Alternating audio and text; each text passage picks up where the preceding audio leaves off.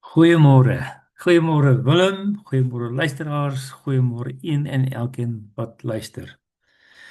Ja, die laaste paar weke het ons gepraat oor die feeste van die Here in die Ou Testament en hoe dit alles opbou en hoe dit inpas in die kerkjaar. Maar een fees wat nie in die Bybel is nie, kom nou nader. En dit is Kersfees. En in die winkels sien ons al, hoor ons al Kersfees. Maar is die Kersfees wat ons hoor en sien, die Kersfees van die Bybel? Dis 'n baie goeie vraag. So, kom ek praat so 'n bietjie dan oor ons voorbereiding vir Kersfees en wat moet ons verwag, waarna moet ons kyk? My praatjie vanoggend se tema is die simboliek van Jesus in sy moeder. Die simboliek van Jesus in sy moeder. Ja, weet nie of dit vir jou sin maak nie, maar kom ons kyk wat sê die Bybel oor hierdie dinge. Ek gaan vir ons 'n paar kleiner gedeeltes lees uit Lukas 1 uit. Ja, dis die bekende Kersgedeeltes. Lukas 1, as jy saam met my wil blaai. Ek lees nou maar hoofsaaklik vir oggend uit die Afrikaans 2020 vertaling. So lees saam met my dan kyk julle of julle ook sien wat die simboliek is van Jesus in sy moeder. Ja. Lukas 1 van vers 26 af lees ons.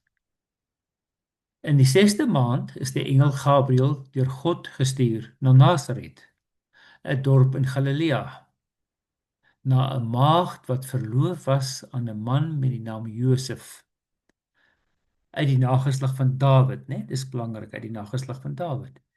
Die maagd se naam was Maria. Die engel het na haar gegaan en gesê: "Gegroet, begenadigde vrou, die Here is met jou." Sy was verward oor die woorde en het gewonder wat hierdie groet tog kon beteken. Die engel het vir haar gesê: "Moenie bang wees nie, Maria, want jy het genade by God gevind. Kyk, jy sal swanger word en aan 'n seun geboorte skenk. Jy moet hom Jesus noem." Nou, ek het al van tevore gepraat oor die tale en moontlik oor watter taal Jesus gepraat het en Jesus en mense gepraat het en watter taal God praat. En ek dink as die engel met Maria gepraat het, sou die engel in Hebreëus, Aramees gepraat het. En as dit die geval was, dan sou hierdie woorde, jy moet hom Jesus noem, dan sou dit so geklink het, jy moet hom Yeshua noem. En Yeshua beteken letterlik die verlosser. So, jy moet hom die verlosser noem. Vers 32. Hy sal magtig wees en die seun van die Allerhoogste genoem word. En die Here God sal aan hom die troon van sy voorvader Dawid gee. Hy sal vir ewig oor die nageslag van Jakob regeer. En aan sy heerskappy sal daar geen einde kom nie. Ja, 'n paar interessante dinge hier, né? Hierdie gedeelte van vers 32 sê, hy sal magtig wees, die seun van die Allerhoogste genoem word. Dit klink soos daardie voorspelling in Jesaja wat na die komende Messias verwys. En dan gaan hy op die voorvader van die troon van sy voorvader Dawid sit. Dis ook wat die Messias sou doen. En sy heerskappy gaan vir ewig wees. En dis ook wat gesê is van die Messias. So die messiaanse inhoud van hierdie aankondiging is nogal sterk, né? Die seun van God. God sal in jou teenwoordig wees. Die verwysing na die belofte aan Dawid. Interessant, Josef en Maria. So Maria en haar verloofde Josef, hulle was beide uit die familielyn van Dawid. En hy, die seun wat gaan kom, die Yeshua, die Jesus, gaan regeer vir altyd op die troon van Dawid. Al hierdie dinge pas 100% in dit wat die Messias sou wees. So die eerste afleiding wat ons kan maak is wat hierdie engel sê vir Maria, jy gaan swanger word en jy gaan die Messias hê. So dit is vir my baie interessant, dat mens dit kan raak sien. Maar dan lees ons 'n bietjie verder in Lukas 1 van vers 34 af. Maar Maria het vir die engel gesê: "Hoe kan so iets moontlik wees, aangesien ek nog nie gemeenskap met 'n man gehad het nie?"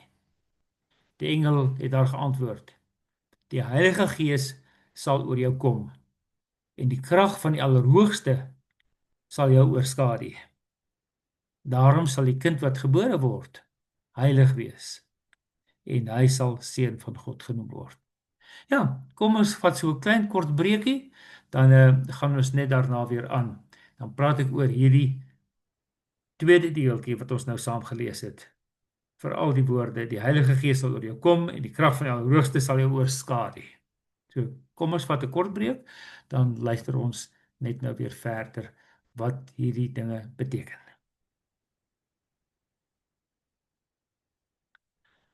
Goed, welkom terug. Ek lees gou dan weer net hierdie woorde uit Lukas 1 van vers 34 af. Maar Maria het vir die engel gesê: "Hoe kan so iets moontlik wees, aangesien ek nie gemeenskap met 'n man het nie?" Die engel het haar geantwoord: "Die Heilige Gees sal oor jou kom en die krag van die Allerhoogste sal jou oorskadu. Daarom sal die kind wat gebore word, heilig wees. Hy sal die seun van God genoem word." Ja, en ek dink tradisioneel fokus ons nou daarop dat sy dan 'n maagdelike geboorte gaan hê. En dis nie verkeerd nie. Maar hier is 'n ander baie interessante verwysing hier in hierdie woorde van die engel ook. En dit gaan oor hierdie woorde: "Die krag van die Allerhoogste sal jou oorskadu." Daardie woord oorskadu kom eintlik net in twee plekke in hierdie formaat na vore in die hele Bybel. So God se teenwoordigheid sal jou oorskadu. Waar oorskadu God se teenwoordigheid iemand of iets? So hierdie ene is nou in Lukas 1 vers 35. Die engel van die Here het gesê: "Die Heilige Gees sal jou kom en die krag van die Allerhoogste, die teenwoordigheid van die Allerhoogste sal jou oorskadu." Nou die Griekse woord hier is skiazo, episkia. Nou skia is 'n skadu, epi is op. Nou die zo daar aan die einde is maar die werkwoord vir hom. So die skaduwee van God gaan oor jou kom. En waar lees ons nog ander plekke in die Bybel waar God se skaduwee, God se teenwoordigheid, God se, ek moet sê, wolk, God se rook, God se teenwoordigheid oor iets gekom het, iets oorskadu het? Nou ja, dit is die probleem met vertalings, want dit word nie op 'n ander plek in die Bybel so vertaal nie, maar die Griekse woord wat onderliggend is aan die Hebreëse woord in die Ou Testament is presies dieselfde woord. So in Eksodus 40 vers 35 lees ons. Nou hier lees ons van die tabernakel wat die tent van ontmoeting genoem word. En hoe word God se teenwoordigheid daar beskryf? Daar word gesê die wolk van God het daar oor die tabernakel vertoef. Maar die woord vertoef daar is weer dis eintlik in Hebreëus geskryf, maar in die Griekse vertaling, die Septuagint, die Griekse vertaling van daardie vers word presies dieselfde die Griekse woord gebruik. Hierdie episkiazo. So Moses, ek lees Eksodus 40 vers 35. Moses kon nie in die tent van die ontmoeting ingaan nie, omdat die wolk daaroor geepiskazo het. Vertoef het staan in die vertaling. Of ons kan sê omdat die wolk die tabernakel, die tent van ontmoeting oorskadu het. Mens kan dit letterlik so vertaal as dit presies dieselfde Afrikaanse woord, want die Griekse woord is dieselfde.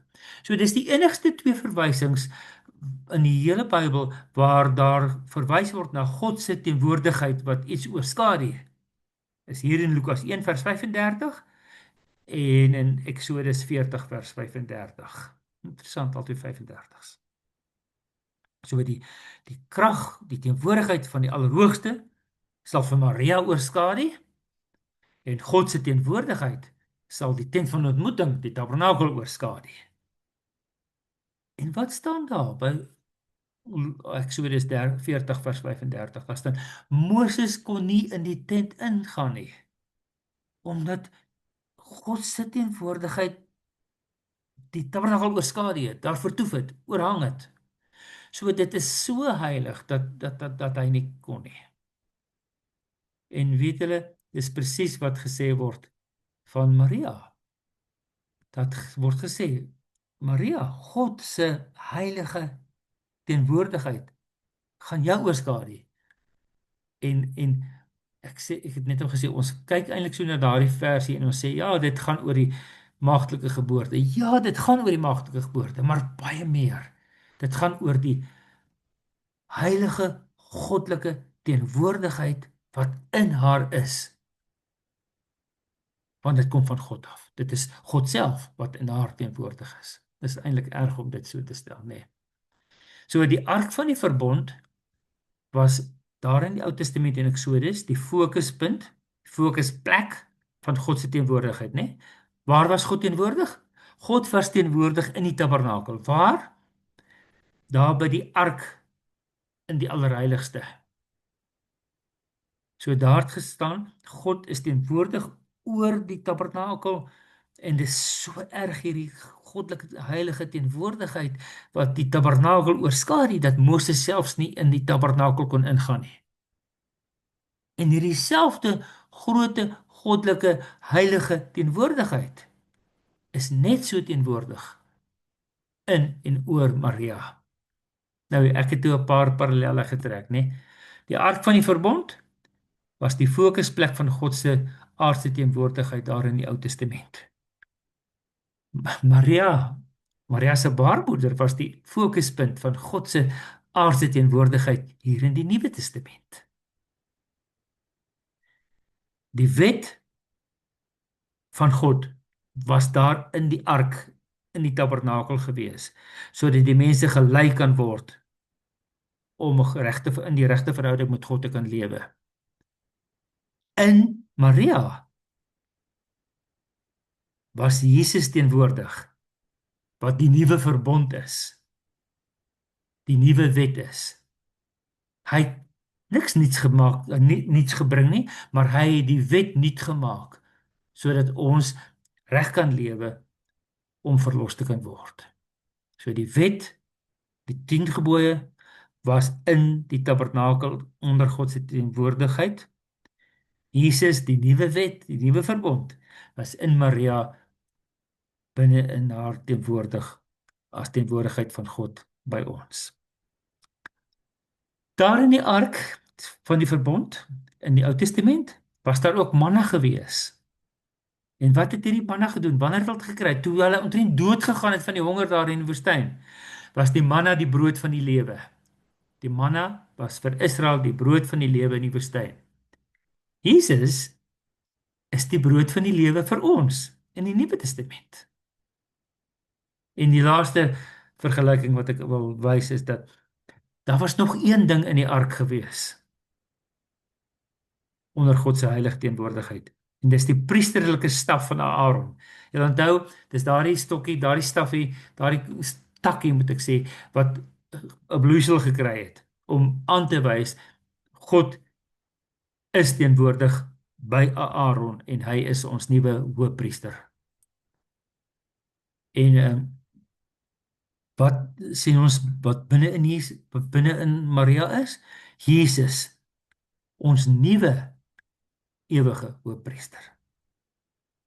So die presiese vergelyking van dit wat gebeur het waar God se teenwoordigheid die tabernakel en die ark van die verbond oorskadu het in die Ou Testament, presies daardie selfde elemente kom voor waar God se teenwoordigheid vir Maria oorskadu hier in die Nuwe Testament. Ja, vanoggend het ek nie 'n lang praatjie nie. Maar dit is vir my so mooi voorbereiding vir Kersfees. Ek wil begin afsluit deur te sê, met ons gereedmaking vir Kersfees moet ons onthou, die heilige God is teenwoordig, soos hy in die tabernakel of in die tempel teenwoordig was. Dit is vir ons, althans vir my, makliker om daaraan te dink dat God die heilige God teenwoordig was in die tempel, in die tabernakel. En dit was so heilig dat Moses nie eens kon ingaan nie. Maar presies daardie selfde heilige teenwoordigheid is in Maria en dan vir ons in Kersfees. En ek dink ons vergeet dit 'n klein bietjie. Mag jy dit onthou hierdie Kersfees. Kom ek sluit af deur my nommer te gee. As julle my wil kontak, is julle baie welkom. Miskien iets meer kan uitlig vir my dat ek ook kan leer saam oor Kersfees, wie en wat Kersfees regtig is en hoe ons dit moet vier.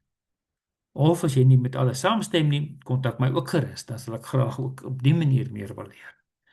So my nommer is 074 419 8353. En hiermee wil ek dan afsluit. Met Kersfees is God, die heilige Messias, teenwoordig. Onthou, ek het eers uitgelig dat alles wat oor Jesus gesê is, het vir ons gewys dat hy die Messias is.